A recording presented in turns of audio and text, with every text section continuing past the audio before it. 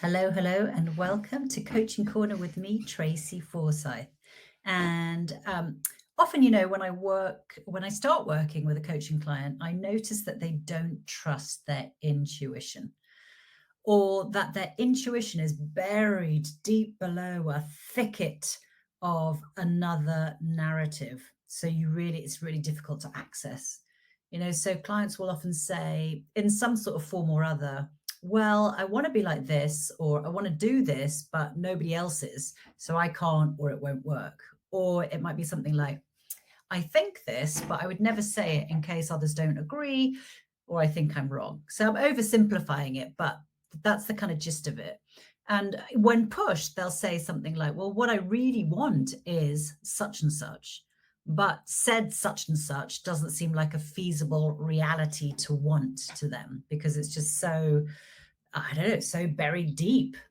So often the work in coaching begins with revealing what's known as the unknown known. The unknown known. I love that. So what I mean by that is like revealing the wisdom and desire within that has been buried under doubt of some form. So it seems appropriate at this point to bring in Albert Einstein, who said, the intuitive mind is a sacred gift, and the rational mind, a faithful servant. So my big question to you is, are you honoring the faithful servant of your rational mind and forgetting the sacred gift that is your intuition? So, what is intuition? Well, it's that ability to understand or know something, often immediately without the need for conscious reasoning. You just know it. It's often called our gut feeling, or our inner voice. So the good inner voice, not the inner critic. And why would it be a gift? Well, it helps you understand things that pure logic and reasoning might not achieve. If you think about, oh, well, there was probably some sort of intuition that the world was not flat. I don't know, wasn't there at the time.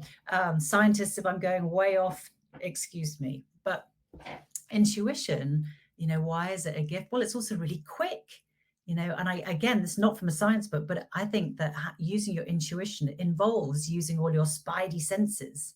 It can often be a feeling first, can't it? Your intuition. I mean, I think what's useful to leaders, particularly in this day and age, is that intuition can help you understand complex systems and problems faster than if you had to try and unpick them one by one.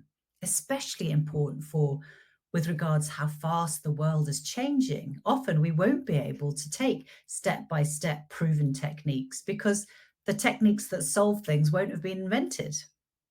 So when it comes to you personally and what you want, whenever you're in that doubt or confusion about something, I really urge you to stop, to pause and allow some space for that intuition to come through. What does it say?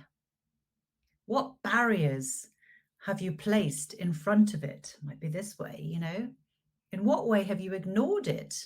Put it to the back of your mind. And what has happened as a result? What happens instead if you listen and act upon it? What happens if you use it as a trusted source of wisdom? I don't think I've ever heard anyone say, I ignored my gut feeling and I'm glad I did. Yeah. Normally it's the other way around. So my desire for you is to be fearlessly you. That's kind of like my motto. And that starts with listening to what you're telling yourself is right for you. So not just the inner critic and all those layers of narrative, but what are you deep down? What's your gut feeling about what is right for you? What is it that you're wanting? What does your intuition tell you? So this week, I really urge you to listen deep to your intuition. And if you think it's appropriate, act upon it. Have fun. Take care.